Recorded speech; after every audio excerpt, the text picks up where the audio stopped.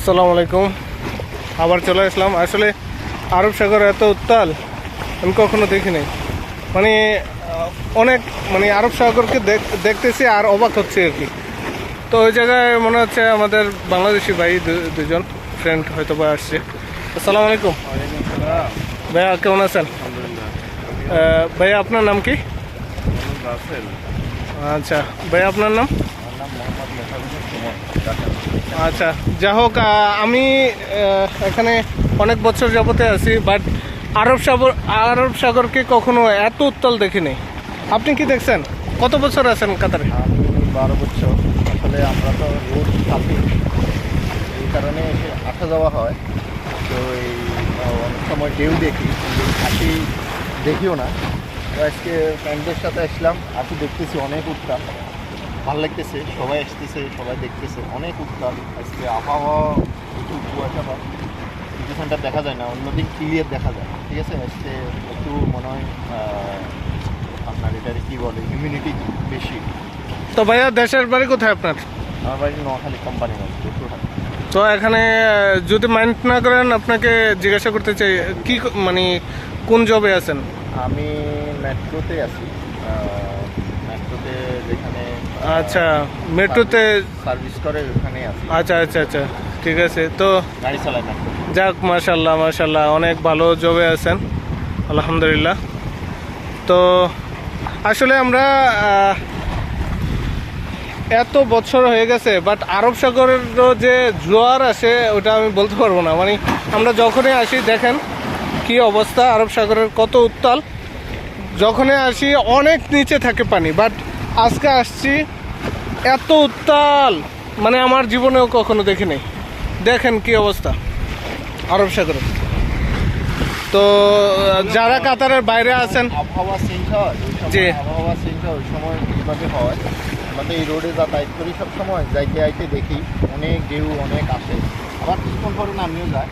তো এখন বাইরের একটু লাউডলি বলেন মেয়ে। বাইরের আবহাওয়ার কারণে এদেশেও একটু প্রভাব পড়ছে, এই কারণে একটু বেশি আর কি। আপনি দেখেন আমাদের বাংলাদেশের কথা চিন্তা করেন, সব ডুবে গেছে। না, বাংলাদেশে তো আসলে যেই অবস্থা, কক্সবাজার গেলে যেই উত্তাল দেখি, বাট এখন বাংলাদেশের সমুদ্রের মতোই কিন্তু মনে হচ্ছে এই মুহূর্তে। আর দ্বিতীয় কথা হচ্ছে, আমি একটু কথা বলতে চাই যে আমাদের বাংলাদেশে দেখেন এত উত্তাল, সমুদ্রের এত উত্তাল, তারপরও কিছুই হচ্ছে না। তারা এমনভাবে বাঁধ নির্মাণ করছে। এরা আসলে প্ল্যান, বুঝছেন? এই যে এত উত্তাল, আবার এখানে কত স্থাপনাগুলো আছে, রোড আছে, আপনার কত বিল্ডিংগুলো আছে, উঁচু উঁচু ভবন আছে। এরা আসলে সব কিছু পরিকল্পনা মাইক করে, বুঝছেন? পরিকল্পনা ছাড়া কিছু করে না। এখানে আপনি কয়টা ধাপ দেখবেন, এগুলো সব পাথর, কয়টা ধাপ দেখবেন, পাথরের সাথে বাড়ি খেয়ে পানি চলে যায়, এদিকে ভাঙানোর কোনো কিছু নেই। আর এদিকে তো সব মরুভূমি। আমি এই দেশে 12 বছর আছি, কখনো আমি শুনি নাই যে এই জায়গায় বাঙ্গন সৃষ্টি হয়েছে, ওই জায়গায় বাঙ্গন সৃষ্টি হয়েছে। দেখেন, আর হয়তোবা এক হাত যদি উপরে উঠে হয়তোবা উপরেই উঠে যাবে, বাট দেখেন কেউ চিন্তিত না এটাকে নিয়ে। কারণ হচ্ছে তাদের বাঁধ নির্মাণ অনেক সুন্দর, প্ল্যানিং অনেক সুন্দর, প্ল্যানিং অনুযায়ী কাজ করছে, যার কারণে দেখেন কত উত্তাল।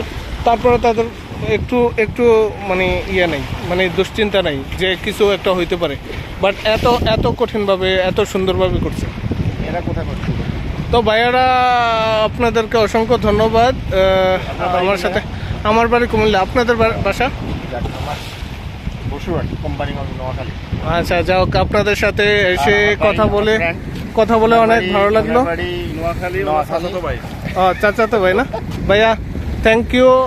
আমি আসলে বড় ইউটিউবার না, আমি ছোটোখাটো স্টার্ট করতেছি। আমার জন্য দোয়া করবেন, সাবস্ক্রাইব করবেন আমার চ্যানেলটা। আমার চ্যানেলের নাম হয়েছে Khalil daily videos. So thank you very much. আল্লাহ হাফেজ। তাই নাকি? থ্যাংক ইউ ভাইয়া, থ্যাংক ইউ ভেরি মাচ। যাই হোক, একজন সাবস্ক্রাইবার তো অবশ্যই পাইলাম। তো বড় ভাই, আপনার নাম যে কি? রাসেল না? তো আপনিও প্লিজ, রাসেল না? আচ্ছা, যাই হোক, আপনিও আমার ভিডিওগুলো দেখবেন। Thank you very much. তো আমরা দুই ভাইয়ের সাথে কথা বললাম, তারা আসলে অনেক বছর যাবত এই দেশে আছে।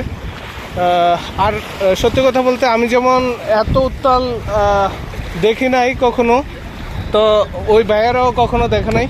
তো অনেক ভালো লাগতেছে, অনেক ভালো লাগতেছে। আর সত্যি কথা বলতে তারা যেভাবে প্ল্যানিং করে এই দেশে মানে বাঁধ নির্মাণ করছে, সাইডের ওয়ালগুলা দেখতে পারেন আপনারা, মানে একদম আমাদের এখানে মানে স্তর স্তর করে ওনারা একদম নিচ থেকে উপর পর্যন্ত করছে। তো এখানে কোনো ভাঙন সৃষ্টি হওয়ার কোনো সুযোগই নেই। তো থ্যাংক ইউ ভেরি মাচ, সবাইকে ধন্যবাদ। আর সবাই